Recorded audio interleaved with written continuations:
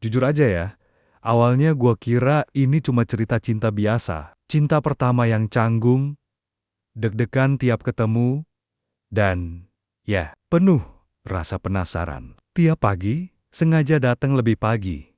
Cuma, biar bisa lihat dia masuk gerbang. Nungguin jam istirahat biar bisa makan bareng. Ya, hal-hal receh tapi manis gitulah. Tapi semua berubah pas kejadian itu terjadi. Kejadian yang bikin gua mikir, apa iya ini cinta? Atau malah kutukan yang dibungkus manis pakai senyuman. Namanya Bagas. Anak kelas 11 di salah satu SMA negeri di Malang. Orangnya kalem banget, nggak pernah ikut ribut-ribut, nggak doyan ngegibah, nggak suka cari panggung. Tapi entah kenapa, cewek-cewek suka deketin dia.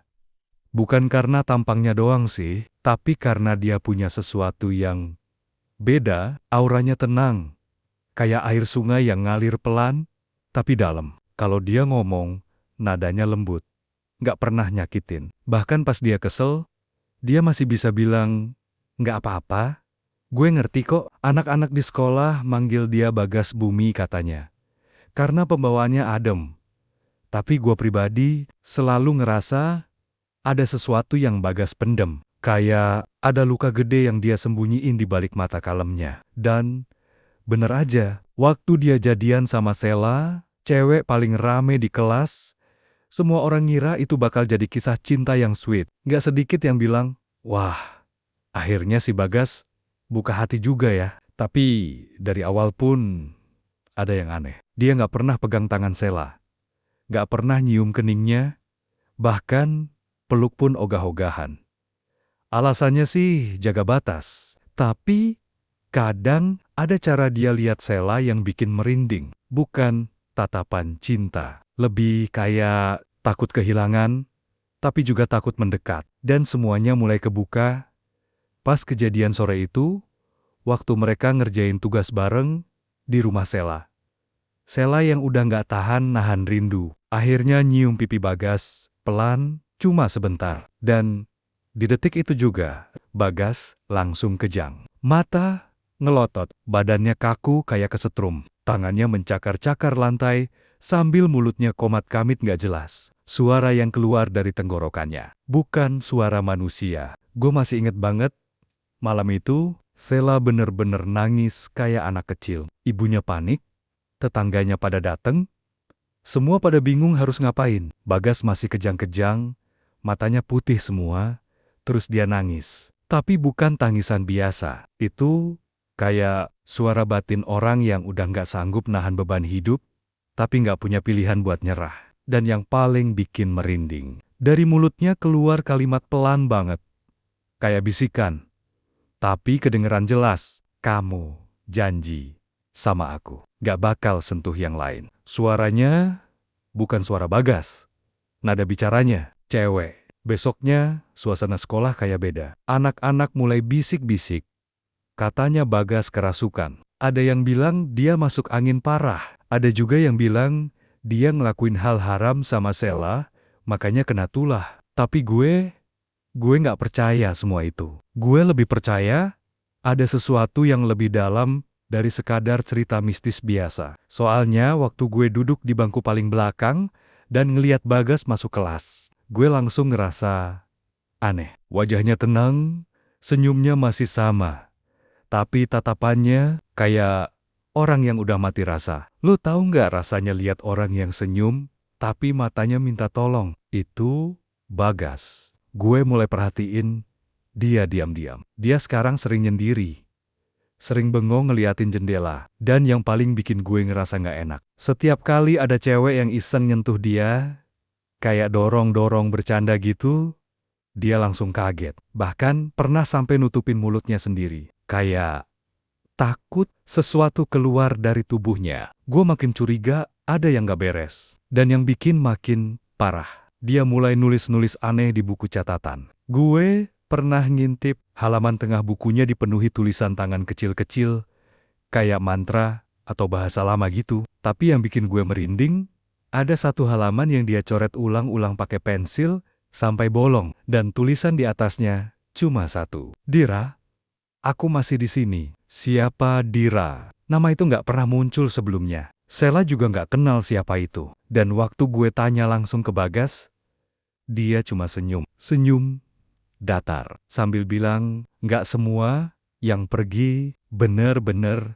pergi. Itu pertama kalinya gue ngerasa takut sama temen sendiri. Bukan karena dia serem, tapi karena gue ngerasa dia lagi dihancurin pelan-pelan sama sesuatu yang gak kelihatan. Gue mutusin buat cari tahu lebih jauh. Gue cari nama Dira di akun-akun medsos lama Bagas.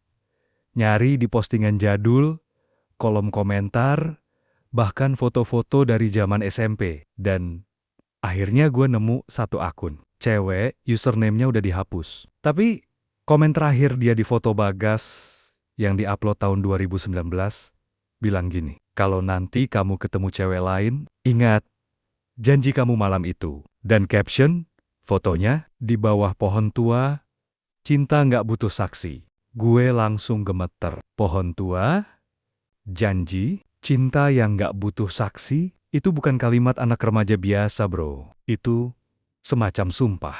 Dan sekarang, setiap kali Bagas coba jatuh cinta lagi, sumpah itu kayak ngingetin dia dengan cara paling menyakitkan. Bukan lewat mimpi, bukan lewat kenangan, tapi lewat tubuhnya sendiri. Malam itu, gue mimpiin sesuatu. Gue ngeliat Bagas berdiri di tengah hutan, di bawah pohon besar tua yang akar-akarnya mencengkram tanah kayak kuku. Di depannya ada cewek pakai kebaya putih, rambut panjang, mata hitam legam. Dia senyum, tapi ada darah netes dari matanya. Dan waktu dia nengok ke gue, dia bilang, kalau kamu temennya, kamu juga harus tahu sakitnya ditinggal. Gue nggak langsung cerita ke siapa-siapa soal mimpi itu. Rasanya kayak bukan cuma mimpi, tapi lebih ke peringatan. Dan yang paling ganggu gue, ekspresi cewek berkebaya putih itu. Dia nggak marah.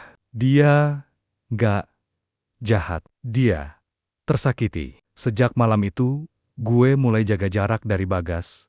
Bukan karena takut, tapi karena gue nggak tahu apakah masih ada Bagas yang asli di dalam dirinya, atau udah diganti sama sesuatu yang lebih gelap, lebih dalam, lebih tragis. Tapi entah kenapa, Bagas justru makin deket sama gue. Dia sering ngajak ngobrol, sering curhat hal-hal yang bahkan gak masuk akal buat diomongin di umur kita. Sampai akhirnya, sore itu pas lagi duduk di tangga belakang sekolah, dia bilang, lu pernah gak sih sayang banget sama seseorang, sampai lu rela ngelakuin hal yang paling lu takutin? Cuma, biar dia gak ngerasa sendirian, gue diem. Gue gak bisa jawab. Dia lanjut lagi. Gue dulu pernah janji. Bukan janji biasa, tapi janji yang diucapin sambil darah netes dari bibir. Janji yang dilakuin di depan pohon tua, tengah malam, waktu Dira bilang, dia bakal dikawinin paksa sama orang desa. Gue cium dia malam itu. Pertama kali, dan terakhir kali. Terus, dia bilang, kalau kamu ninggalin aku bakal ikut. Bahkan, kalau aku udah nggak hidup sekalipun. Waktu dia ngomong gitu, suaranya pelan. Tapi bibirnya gemetar. Mata dia merah. Bukan karena nangis, tapi kayak nahan sesuatu yang nggak bisa keluarin. Malam itu, Dira kabur. Tapi nggak pernah sampai ke rumah gue. Dia hilang. Semua orang bilang dia kecelakaan, tapi jenazahnya nggak pernah ditemukan. Dan gue hidup dengan dosa itu. Dia nunjuk ke dadanya. Dari sejak hari itu, tiap kali gue nyium cewek, Dira masuk ke tubuh gue. Bukan karena dia marah, tapi karena dia nggak rela. Dia masih cinta, tapi bukan cinta biasa. Ini cinta yang udah berubah bentuk, jadi belenggu. Gue nggak bisa nahan air mata waktu itu. Serius. Nggak ada yang nyiapin lo buat ngedenger cerita cinta kayak gini. Bukan manis, bukan bahagia, tapi cinta yang jadi kutukan. Dan waktu gue tanya, terus kenapa lu masih nyoba jatuh cinta lagi sama orang lain? Dia jawab pelan, karena gue nggak pengen Dira menang. Gue pengen tahu, apa cinta yang sehat itu benar-benar ada. Tapi tiap gue deket sama cewek lain, tubuh gue sendiri nolak. Dira masuk. Dan gue cuma bisa ngerasain dia nangis di dalam kepala gue. Seminggu kemudian, Bagas pindah sekolah. Ibunya bilang, dia bakal dipindahin ke tempat yang lebih tenang. Tapi teman-teman bilang, dia masuk rehabilitasi kejiwaan. Dan Sheila, dia drop out, katanya trauma berat. Setiap dia dengar suara laki-laki nangis, dia langsung muntah dan pingsan. Yang bikin makin serem, meja tempat Bagas biasa duduk. Sekarang, kosong. Tapi setiap pagi, sebelum guru datang, anak-anak sering lihat kertas kecil dilipat dua di atas meja itu. Isinya selalu tulisan tangan yang sama. Aku masih nunggu kamu selesai. Tapi jangan lupa, janji itu masih utuh. Dan gue masih suka mimpiin Dira. Tapi sekarang, dia nggak berdiri di hutan lagi. Dia duduk di bangku sekolah, pakai seragam putih abu-abu, senyum tipis, sambil nulis sesuatu di buku. Gue samperin dia, dan di halaman terakhir buku itu, cuma ada satu kalimat. Cinta yang nggak diselesaikan akan terus nempel. Bahkan kalau cinta itu udah berubah jadi hantu. Kadang, yang paling nyakitin dalam hidup, bukan ditinggal, tapi ditungguin sama orang yang gak bisa pergi. Karena di dunia ini, gak semua cinta harus dimenangkan. Dan gak semua luka bisa disembuhin dengan waktu. Ada luka yang memang ditakdirkan buat tetap hidup. Di kepala, di hati, bahkan di mimpi lo sendiri.